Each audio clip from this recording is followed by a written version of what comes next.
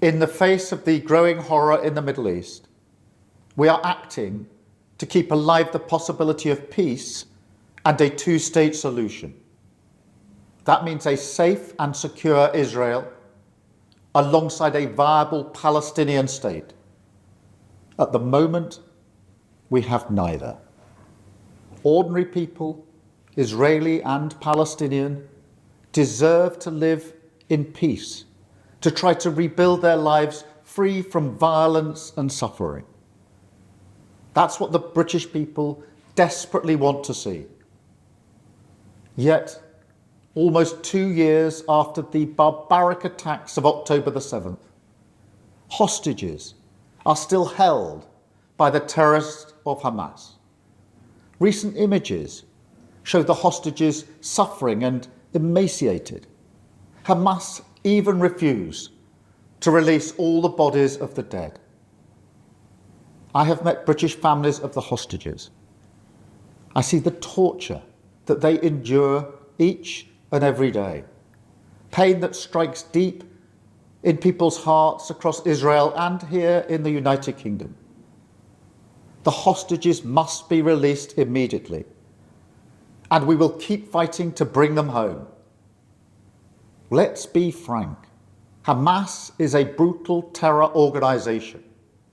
Our call for a genuine two-state solution is the exact opposite of their hateful vision. So we are clear. This solution is not a reward for Hamas because it means Hamas can have no future, no role in government, no role in security. We have already prescribed and sanctioned Hamas, and we will go further. I have directed work to sanction other Hamas figures in the coming weeks. Meanwhile, the man-made humanitarian crisis in Gaza reaches new depths. The Israeli government's relentless and increasing bombardment of Gaza, the offensive of recent weeks, the starvation and devastation are utterly intolerable. Tens of thousands have been killed, including thousands as they tried to collect food and water. This death and destruction horrifies all of us. It must end. We have evacuated the first group of sick and injured children to the United Kingdom to be treated by the NHS, and we continue to increase our humanitarian support. But still, nowhere near enough aid is getting through. We call again on the Israeli government to lift the unacceptable restrictions at the border, stop these cruel tactics, and let the aid surge in. With the actions of Hamas, the Israeli government escalating the conflict, and settlement building being accelerated in the West Bank, the hope of a two-state solution is fading. But we cannot let that light go out. That is why we are building consensus with leaders in the region and beyond around our framework for peace.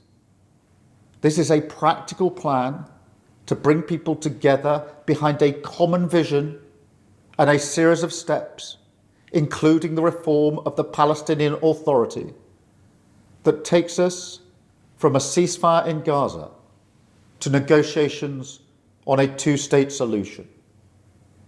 We will keep driving this forward.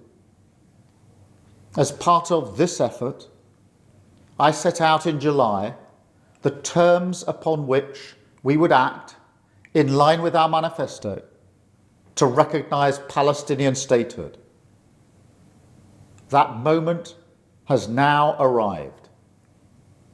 So today, to revive the hope of peace and a two-state solution, I state clearly, as Prime Minister of this great country, that the United Kingdom formally recognises the State of Palestine.